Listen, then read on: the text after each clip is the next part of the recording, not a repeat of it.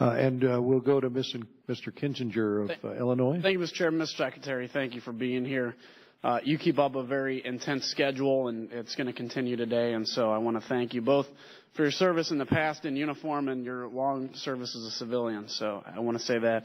I want to make a couple of points with a question. The first point I want to make is to remind everybody that, to an extent, and the situation in Ukraine was created by the Russians a long time ago. And so now when they claim that they have these interest of people in eastern Ukraine, that was a situation created by them. I was shocked to hear a colleague earlier actually seemingly defend the actions of Russia, and actually my jaw kind of hit the floor, and I wondered if the same colleague would have defended the Iraq invasion of Kuwait on the basis of Iraq saying that they have national interest.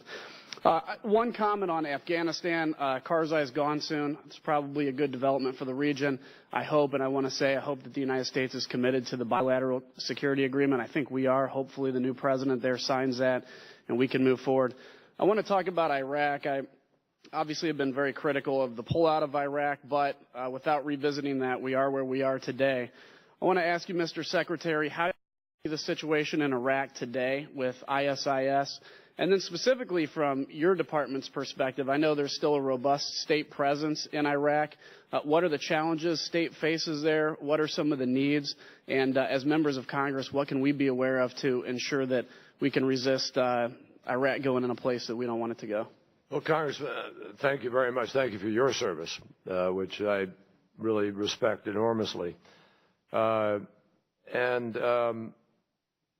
I'm grateful to you for the question. Iraq is in a fragile place, but it's not. Iraq would have been in a fragile place no matter what, because it was,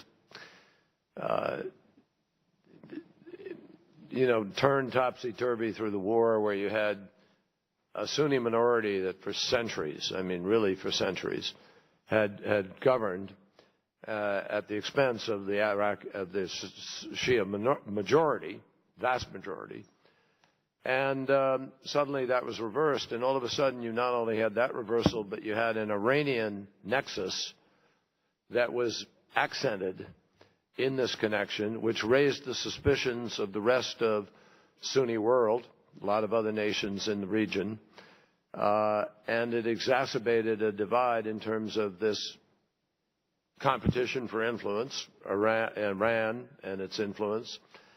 And now with Syria, that's been even more complicated, because you have the Islamic State of Iraq and the Levant, which is pulling people out of Iraq, and you've got a certain amount of Iraqis in Syria as part of this sectarian conflict. And so it's fragile, and that's what's happened in Fallujah and in Ramadi and so forth, is this resurgence of the sectarianism in its most violent form. Now, that's complicated by the way in which, unfortunately, the government has chosen to govern without an inclusivity that is necessary, without resolving some of the age-old issues of the Constitution and the oil and so forth, the oil revenues. Then, of course, you have the Kurds cutting their own deals on the side with Turkey or elsewhere.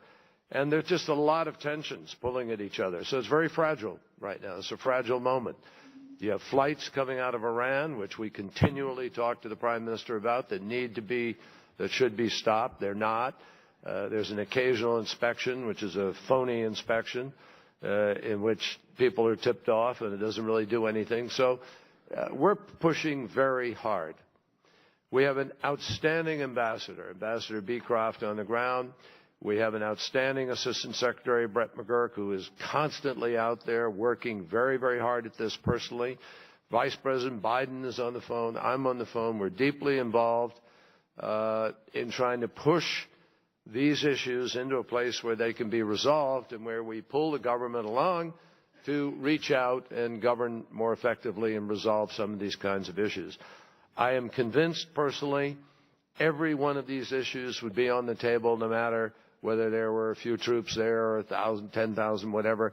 The troops aren't the difference. Iraq has to resolve Iraq's future, and the Iraqis have to do that. We go now. The same thing ultimately will have to happen in Afghanistan. We go now to Joe Kennedy from Massachusetts.